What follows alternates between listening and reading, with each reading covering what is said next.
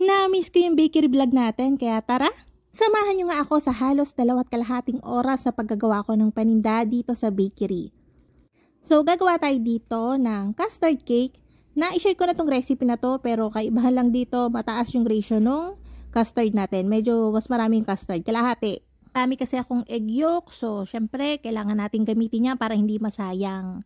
So, ayan, nagtimpla lang ako ng custard natin, egg yolks, evaporated milk or fresh milk, tapos talagyan natin yan ng condensed milk, konting salt, kalamansi, pang tanggal ng lansa. Paggawa ng leche flan, alam nyo na yan siguro. So, kung gusto nyo ng recipe, siguro pag maalala ko, itatype ko bukas. Dito sa comment box na lang nito. So, ayun, sinala natin yan as usual. Yung gagamitin nating pan dito is 4.5 na round na pan. Maliit lang to. Pero, hindi, magandang serving to eh. Magandang serving size to eh. Good for 2 person na. Tapos, meron din ako ditong small size na lianera. Gagawan din natin yun. Yung isa, yung small size, tag to 30 pesos ang tinda ko. Ito, 50 pesos lang. Wag na kayo magulat. Mura lang talaga yung tinda ko nito. Mura ko lang itong nakukuha tong mga egg yolks na to. So, kanya-kanya lang yan. Huwag kayong pakailamera. Naluloko ako dun sa mga laging namumuna ng presyuhan ng iba. Ba't kaya hindi sila kumuha ng sarili ng diskarte? Ba't kaya nakikialam sila, di ba? Wala lang, napapansin ko lang. So, yun lang naman, di ba ako galit? So, ayun nga, yung caramel na ginawa ko dito, sa kaserola ko na siya niluto para hindi na sayang yung lianera ko bago pa man din. So, yun nga, maraming natira. Ang ginawa ko, pag niluluto nyo yung sa kaserola o sa kawali, gagawin nyo ay 2 parts ng sugar, 1 part ng water. Lulutuin nyo yan hanggang mag-caramelize siya. Huwag nyo haluin from the start. Haluin nyo na yan pag medyo melted na talaga yung sugar. So, yung ginawa ko doon, pinalamig ko lang siya ng kaunti, tapos nilagyan ko siya ng white chocolate. Gagawin natin yung mango caramel bars, tapos yung may paggagamitan pa ako, basta madami. So, ayun na nga, nilagyan ko lang ng white chocolate. Masarap yung promise and smooth talaga yung lasa. Kung gano'ng kadaming white chocolate, tatansyahin nyo na lang, kasi hindi rin naman measured yung caramel na natira ko, kaya hindi ko may bibigay.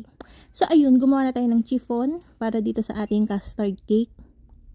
So, ayun, mapapansin nyo, dito sa paggawa sa bakery, diskarte lang yun talaga para lang wala kayong masayangan. Katulad dito, ang ginagawa ko, mapapansin nyo, lagi ako maraming egg yolks. Nabibili ko lang yung egg yolks kasi per piece, 2 pesos. So, bumibili na ako ng maramihan, ginagawa ko siya para sa brioche, sa leche flan, maraming bagay. So, alam nyo, kaya pwede ako magbenta ng mura kasi, yun nga, mura ko lang siya nakukuha. And yung iba kong gamit dito, katulad ng mga fresh milk, wholesale ko talaga yung binibili per box. Na pinakamurang mabibilhan dito sa amin. Kaya yun, na-afford ko magbenta ng sakto lang ang price, yung hindi mahal. So, itong mga custard cake na to, sinalang ko siya sa 150 degrees Celsius na mga nasa 40 to 45 minutes.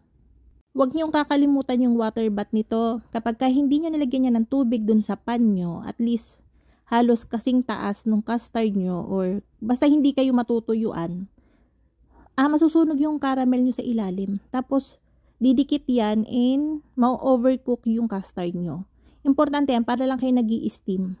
Ang problema dito sa oven ko, kalilipat ko ng pwesto, napapansin nyo ba, paikot-ikot yung mga gamit ko dito. Ganun ako pag walang magawa, nagre-rearrange ako lagi.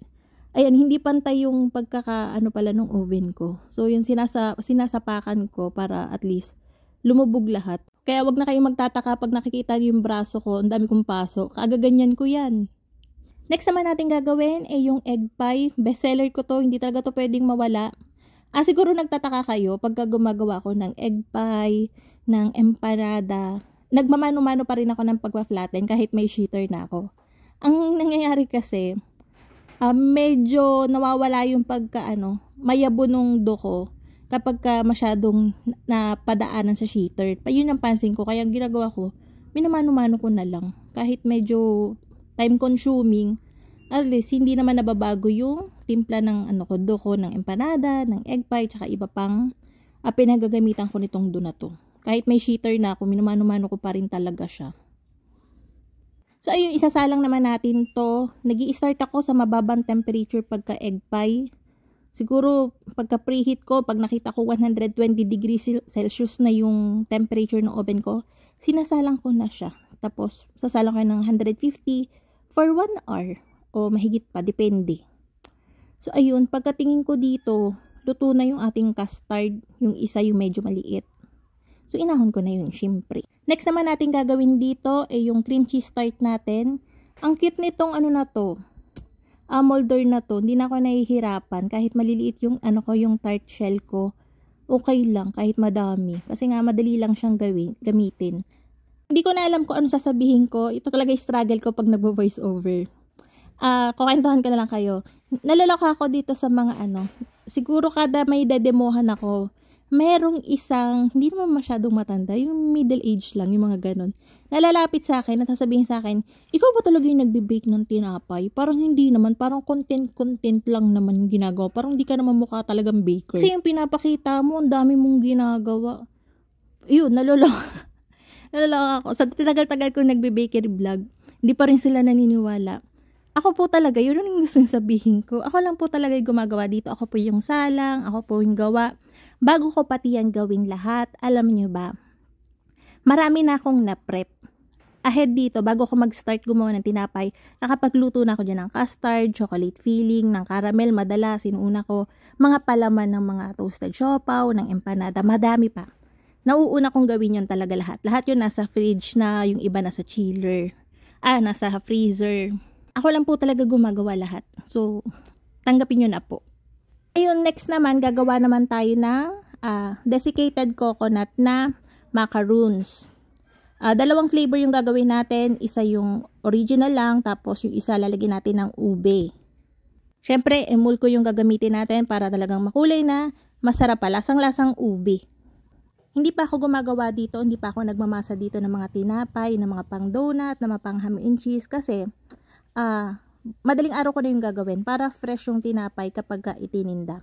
Hindi pa naman kami bukas ngayon Monday talaga ang bukas namin So yung ginagawa ko today, ito lang muna din, gagawa ko ng mga bars, ng mga cookies, tapos kung kakayanin ko pa, gawa kong cakes.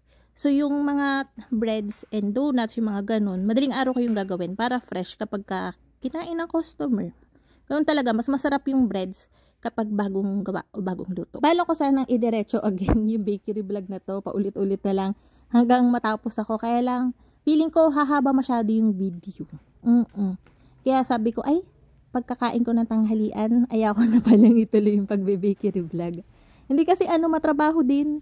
Imbis na tapos ko to na mas mabilis na oras, tumatagal ako kakalipat ang kamera, kakatuto, kaka-on ng record, mga ganun. Kaya sabi ko, tama na pala muna to, tapos kakain muna ako, tapos bukas ko natutuloy pagka gagawa ulit ako, tsaka ulit ako mag-bakery vlog. Tinamad. Alam nyo tong desiccated coconut na to na recipe natin, kung hindi nyo pa natatry, subukan nyo, grabe, makalingon likod yung amoy nito pag binibake. As in, yung mga dumadaan dito, kahit sarado yung shop, kahit sarado yung glass na sliding, naaamoy nila.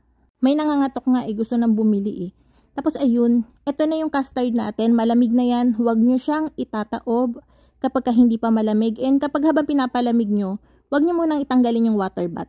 Para firm talaga yung custard natin. Hindi siya, alam nyo, yung bumabagsak, hindi siya yung nasisira. Tingnan nyo naman yung gawa natin, ang ganda-ganda.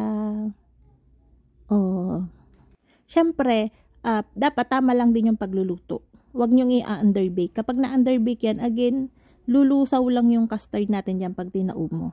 Nilalagyan ko yan ng film pagka once na tinaob ko na kasi kapag naka-display yan sa tindahan tapos walang ganyan, madadra yung ibabaw niyan. Kaya kailangan yung lagyan ng plastic o film. Tapos ito naman yung natin, cream cheese tart natin. Nilagyan ko lang siya ng cherry na toppings. Tapos ayun, i-display ko na din sa tray yung ating mga macarons na nagawa. Ang bango talaga nito, promise. Hindi lang talaga ako makain ng matatamis ng mga ginagawa ko, pero masarap daw talaga to. Lahat ng nakabili, nasarapan. So try nyo. Andun na naman yung recipe natin. Napin nyo lang sa YouTube. So yun na nga mga kalutong tinapay. Sana'y nagustuhan niyo ating video for today. Magkita-kita tayong muli. Ito pong malalutong tinapay. Bye-bye!